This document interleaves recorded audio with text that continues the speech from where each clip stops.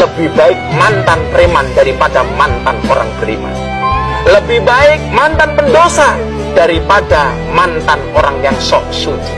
Ingat, orang yang khawatir dengan kemaksiatannya lebih disukai oleh Allah daripada ahli ibadah yang sombong dengan ibadahnya.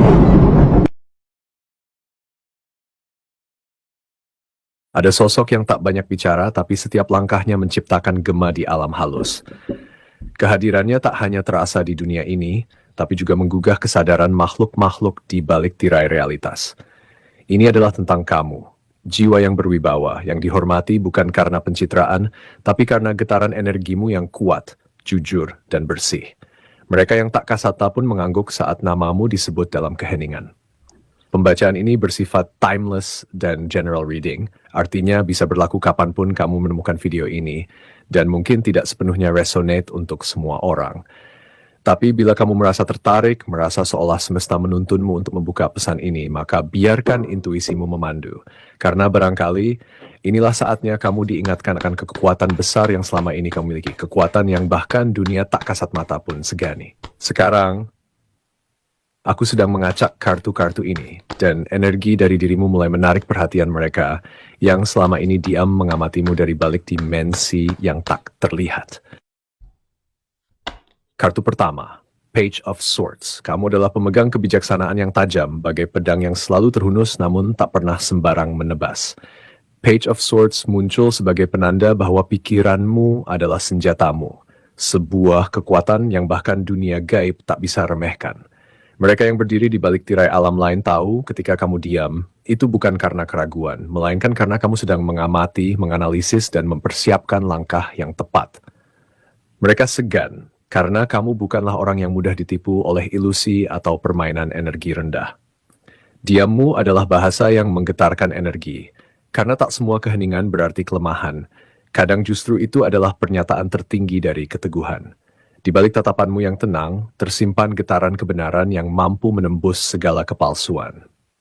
Page of Swords berbicara tentang kecerdasan intuitifmu yang luar biasa. Kamu bisa merasakan niat tersembunyi, baik dari manusia maupun entitas tak kasat mata, sebelum mereka sempat bertindak. Bahkan sebelum sebuah kata terucap, jiwamu sudah lebih dulu menangkap isyaratnya. Inilah mengapa mereka memilih untuk tidak berurusan sembarangan denganmu. Kamu dihormati bukan karena kekerasan, melainkan karena ketajaman pikiran dan ketenangan jiwamu yang tak tergoyahkan. Dunia halus menghormatimu bukan karena rasa takut, melainkan karena kejelasan dan kebeningan batinmu yang mampu membedakan mana yang murni dan mana yang menyimpang. Dan ketika kamu berbicara, kata-katamu seperti pisau yang membelah kabut kebingungan.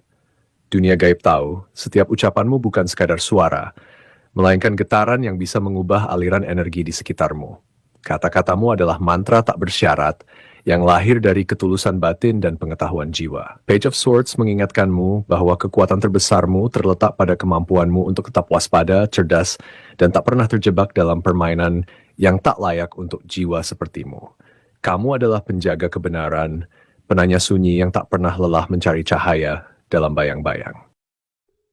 Biarkan energi pertama ini meresap ke dalam hatimu. Rasakan bagaimana semesta mulai membisikkan sesuatu yang tak bisa dijelaskan dengan logika. Hanya bisa dirasakan dengan intuisi terdalammu. Ada pesan penting yang muncul, dan ia ingin kamu benar-benar hadir sebelum semuanya terungkap lebih jauh. Kartu kedua, Three of Cups. Three of Cups hadir sebagai pengingat bahwa kamu tidak pernah benar-benar sendirian. Ada sukacita dalam persahabatanmu dengan yang tak terlihat, entitas cahaya, roh penjaga, dan energi leluhur yang selalu bersorak di belakangmu.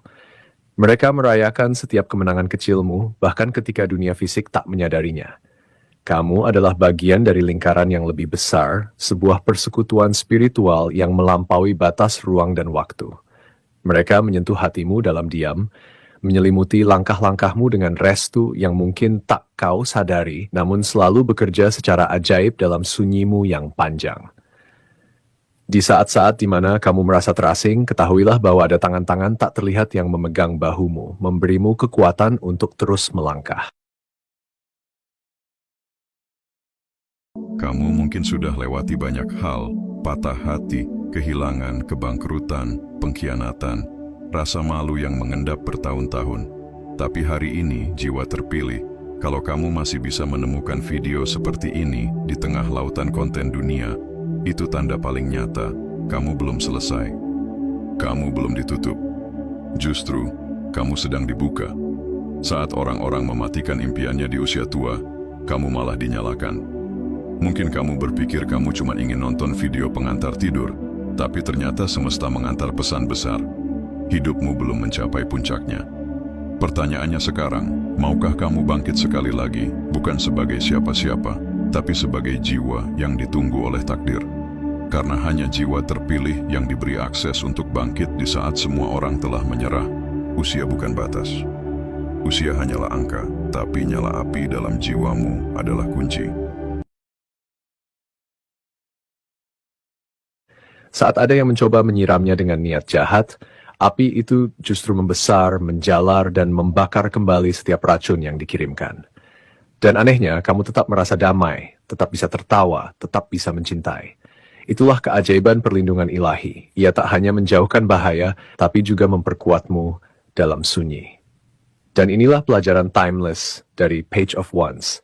Kekuatan sejatimu tidak terletak pada kemampuan membalas, melainkan pada keyakinanmu bahwa kamu dijaga.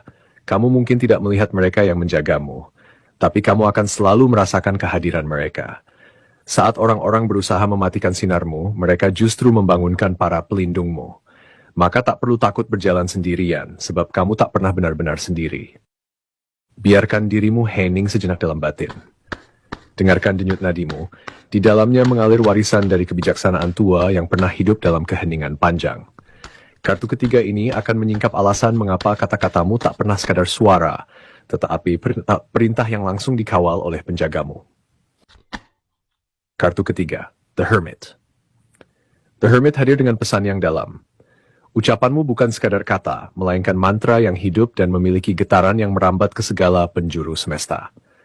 Saat kamu berbisik dalam luka, saat kamu menangis dalam diam dengan keluhan yang tidak pernah terucap secara lantang, semesta tetap mendengarnya, dengan tajam, dengan serius, dan dengan rasa cinta yang tak bisa dijelaskan dengan logika manusia.